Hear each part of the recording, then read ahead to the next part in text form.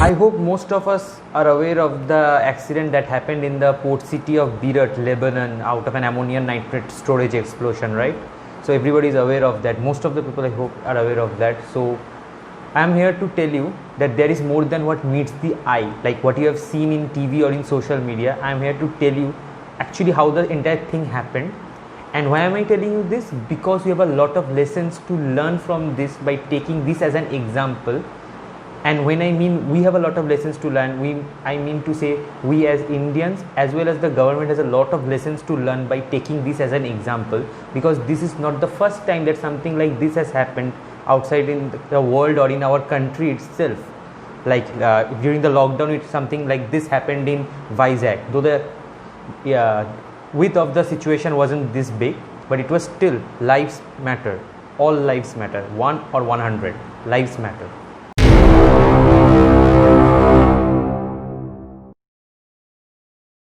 Hello everybody, I am Akash Baradia and welcome to Epiphany Urban. So without wasting any more time, let's proceed with a request that kindly watch till the end so that you get the entire story in details, because this is a story that you should all hear very closely. And let's start with 3 media headings. Cancer of the industry, a 3-year-old kid died, and a kid was born whose father was standing outside, who also died out of that blast. So these 3 are the media headings that few famous newspapers are spreading across the entire country and the world. Though all these 3 headings are very much true, but this is not all that seems. It's a huge incident. So I am starting with the incident, and this incident dates back to 2013.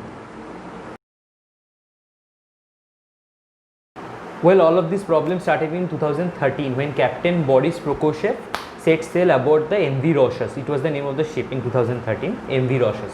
So what he found out that it was a Russian-owned cargo ship and it was very aging stage. So much aging that it was having deficit generator and it was about to crumble down kind of a situation. So this ship was supposed to go to Mozambique and it was having a cargo of 2,750 tons of ammonium nitrate. That was the cargo in that ship. And he also found out that the Russian owner wasn't going to pay him any wages, and the previous sailing crew has also mutinied and left over unpaid wages. So it was very clear he wasn't going to pay as well. So he with his 2 crew members, they went against their better judgment and they set sail aboard the ship. So the plan of Captain Boris was that he's going to pick up some extra freight to help pay for those port charges and Suez Canal fees, etc.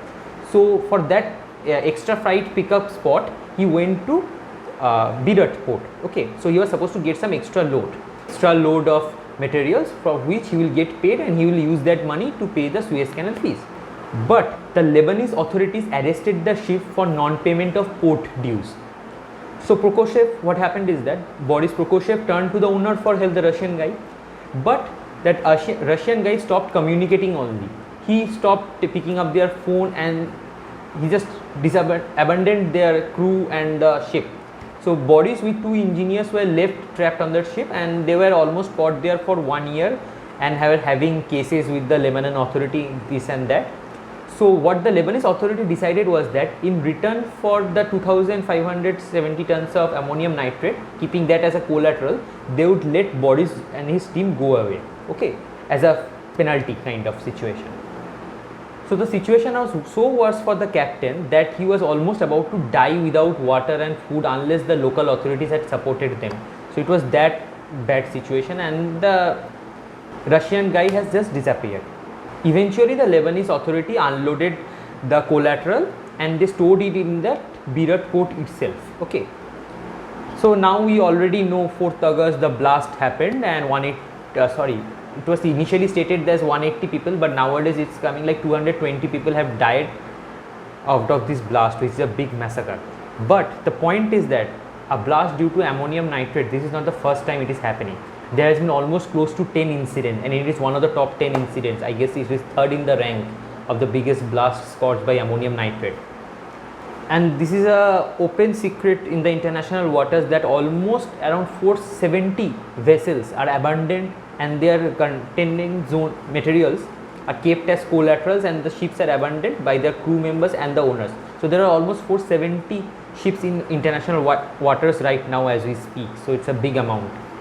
and all their materials are kept as collaterals. So talking about the blast, it was having a radius of approximately 2.5 kilometers, and we have seen the videos and all everything. So 220 people died, and it injured around 5,000 people or even more, and 3 lakh people were left homeless. So it's a huge amount. These are government numbers which you totally also can't rely on. So it has to be more than this in reality. So a disaster of this sort happened first in 1921 in Oppau, Germany. Okay. So that was the first time an ammonium nitrate led incident happened and officially recorded. So it killed around 450 people. But the biggest massacre caused by ammonium nitrate happened in 1947 in Brest, France. So what happened is that at that time 3000 tons of ammonium nitrate led to this incident, and so this Beirut case is third in the list with 2750 tons, and the second one happened in Texas City. It also was led by 2960 tons of ammonium nitrate. So this is the third in the list, and we have almost 10 incidents like this, and yet nobody is very much bothered about proper maintenance of explosive materials like this sort. Even the situation like this happened in Vizag also. So the point I am telling in this entire story is that a lot of abandoned ships are kept in international waters in lots of ports, and their explosive materials are kept as collateral, which can lead to explosions like this if not kept checked.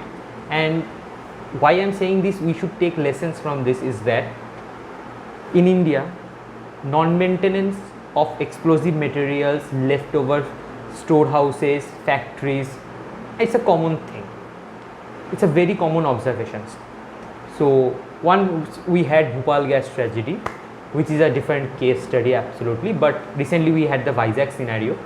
So what I am saying is that if you are having some sort of explosive material, even at home, you should have a proper checking and proper safety protocol to store it. You just cannot keep it somewhere for years after years, 6 years, 7 years. Kuch nahi hoga kind of. No, if it happens suddenly like this. I will tell you the story of a genomic researcher. Okay, so the name of this researcher was Reira Kohyuri.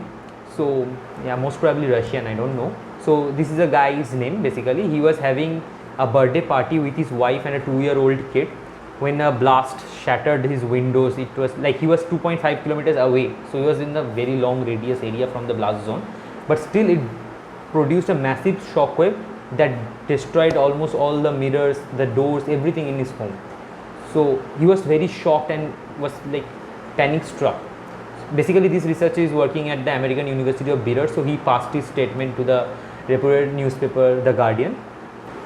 So this is kind of a thing, like we normal people and the government, we have a lack of enthu to maintain and take proper precautions about explosive materials and things that may not be directly explosive. Okay, so ammonium nitrate is basically an agricultural fertilizer, but if you are keeping it at that quantity of stock, of course it would be an explosive item.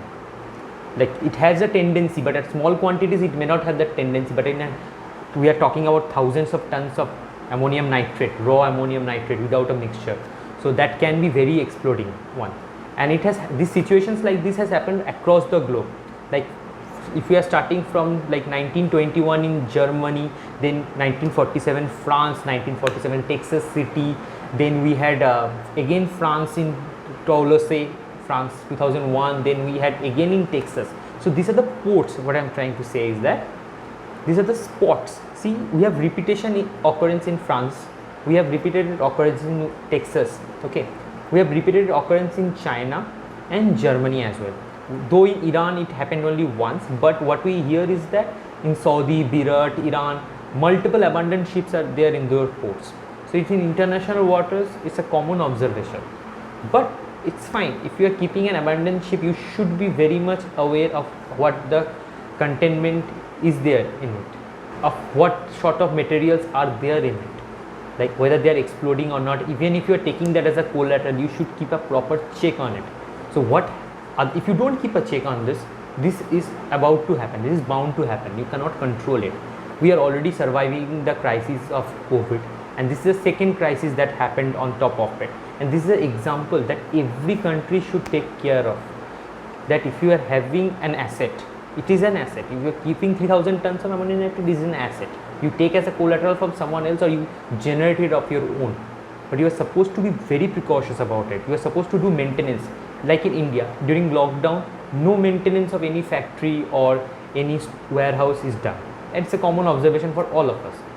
So it's very risky. There might be materials in that warehouse or factory that can lead to huge blasts or some kind of biohazard.